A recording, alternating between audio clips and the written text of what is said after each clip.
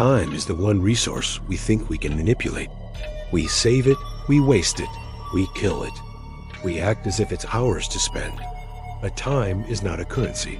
It's a river. And there is a keeper of its flow. A bookkeeper for every second stolen, borrowed, or hoarded at the expense of another. My name is Evelyn, and I was a junior partner at the most prestigious and most predatory corporate law firm in the city, Vance, Thorne, and Locke. We didn't just bill hours. We manufactured them. We were thieves of time. And last week, during our annual victory gala at a secluded manor, we were presented with the bill. This is the legend of the Pallid Clockmaker and the immutable law he enforces. Steal time from others, and you will pay with your own. The gala was always a grotesque spectacle, a celebration of billable hours, of mergers that crushed smaller companies, of lives put on hold for the sake of our bottom line.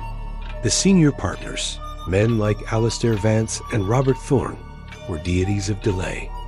They perfected the art of the rolling deadline, the strategic continuance, the billable hour black hole that could drain a client's savings and a junior associate S-youth in one motion. I was complicit. I was the one who stayed until 3 a.m. for 3 months straight to bury a regulatory report, stealing time from my own life and from the public that deserved transparency. The party was in full swing. Crystal glasses clinked over the murmur of self-congratulation. Then the clock stopped. Not metaphorically, literally.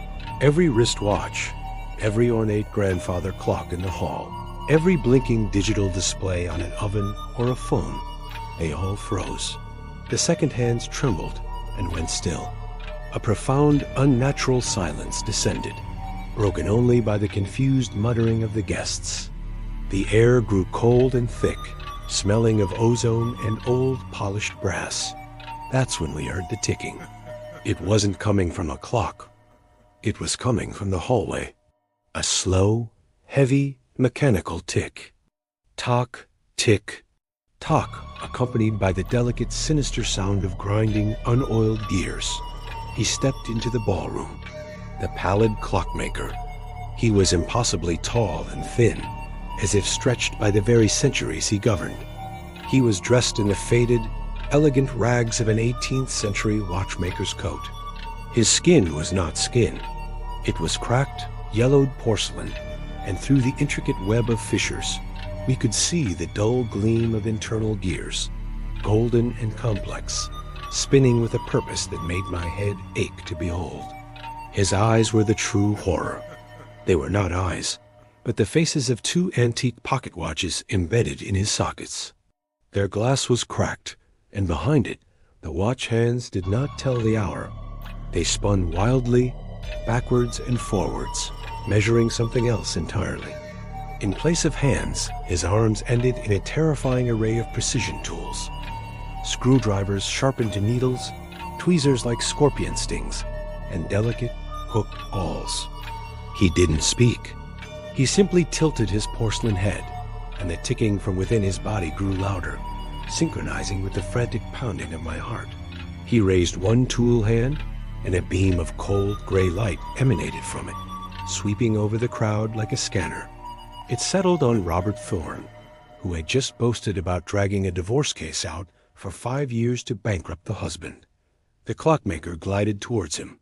Thorne tried to back away, but his feet were rooted to the marble floor as if stuck in hardening tar. The clockmaker stopped inches from him. He leaned in, and one of his tool fingers extended, touching Thorne's temple with the delicacy of a craftsman. There was a soft click. Thorne's screaming began, but it wasn't a scream of pain. It was a scream of accelerated decay. We watched, helpless, as time attacked him. His luxurious hair turned white and fell out in clumps. His smooth skin wrinkled and collapsed into a network of deep canyons, liver spots blooming like mold.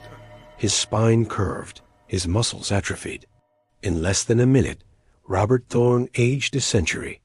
He collapsed into a pile of brittle bones and dust, his expensive suit now a burial shroud for a millennia of stolen time. Collected in an instant, pandemonium, but the Clockmaker was just beginning. He turned to a senior partner known for our death march projects that burned out associates. He touched her wrist. Her movements became a frantic, jerky blur. She is experiencing time at 10 times the normal rate. She tried to scream, but her voice was a sped-up chipmunk squeal. Her life, her remaining decades, flashed by in a horrific, compressed montage of loneliness and regret, ending with her heart giving out from the strain. She died of a lifetime of stress in 3 seconds. Then, he came for people like me. The enablers, the foot soldiers of temporal theft. He didn't accelerate us. He isolated us. He pointed a gear-shaped tool at a group of us, and a sphere of distorted silence encapsulated us. Inside, time didn't just slow, it stretched. A single second became an hour of agonizing anticipation. We could see our colleagues aging and dying outside the bubble, but we were trapped in the dilated horror of the present moment, forced to watch every gruesome detail in ultra-slow motion, our minds processing the terror at a normal rate, while our bodies were frozen in syrup-thick time. It was a torture of observation, a punishment for those who watched time be stolen and did nothing. The gala became a gallery of temporal punishments. One man was forced to relive his most shameful moment, firing a loyal employee over Zoom on an infinite loop, his face frozen in a rictus of guilt. A woman who had patented a life-saving drug and priced it out of reach was made to experience the slow, painful death of every patient who couldn't afford it, all happening simultaneously in her mind. I was trapped in my time bubble, screaming silently, when the Clockmaker's gaze fell upon me. His watch-face eyes spun, and I felt him auditing my life. He saw the all-nighters, the missed birthdays, the report I buried. He saw the time I stole from myself, and more damningly, the time my work stole from others. He extended a screwdriver finger towards my chest, aimed at my heart. But then his tools paused. The watch hands in his eyes slowed. He saw something else. He saw the moments I had given back. The pro bono case I took in secret. The time I spent listening to a struggling intern. The single day I took off to care for a sick friend. They were small, pathetic deposits in an account, massively overdrawn, but they were there. A balance, however slight. The Clockmaker's head tilted. It was a gesture of cold, mechanical consideration. He did not touch me. Instead, he reached into the cracked porcelain of his own chest, into the whirring gears, and produced a small silver hourglass. The sand inside was black. He placed it at my frozen feet. Then he turned and walked back into the hallway, his ticking fading until it was swallowed by the returning sounds of the normal world. The bubble popped. I collapsed, gasping. The manor was a scene of unimaginable horror.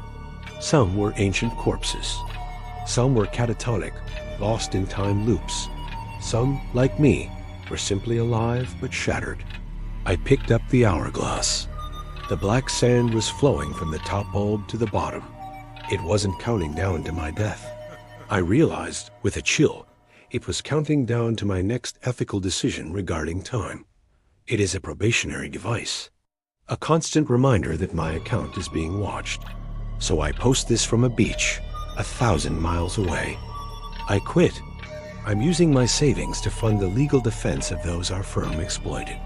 I am giving my time away, trying to tip the scales before the sand runs out. The Pallid Clockmaker is real. He is the cosmic auditor of Chronos. He doesn't care about minutes on a timesheet. He cares about the weight of moments, the birthday missed, the help not given, the life postponed for profit.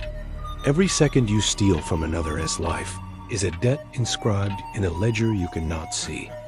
And when the balance becomes too grotesque, the Clockmaker comes to collect. Your wealth won't save you. Your power won't save you. Only the time you have selflessly given might earn you a stay of execution. Look at how you spend your hours. Are you a thief? If so, start giving back. Now, before you hear the ticking in the walls, and the man may have broken clocks comes to settle your account.